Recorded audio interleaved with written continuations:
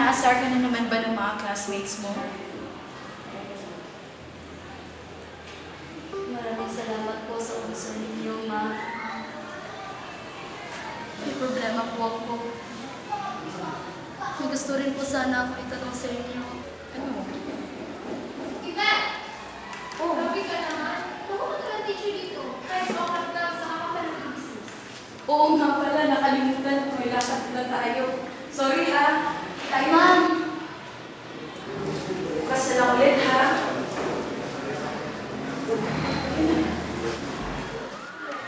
Bilisan mo, baka di tayo makaigil sa movie.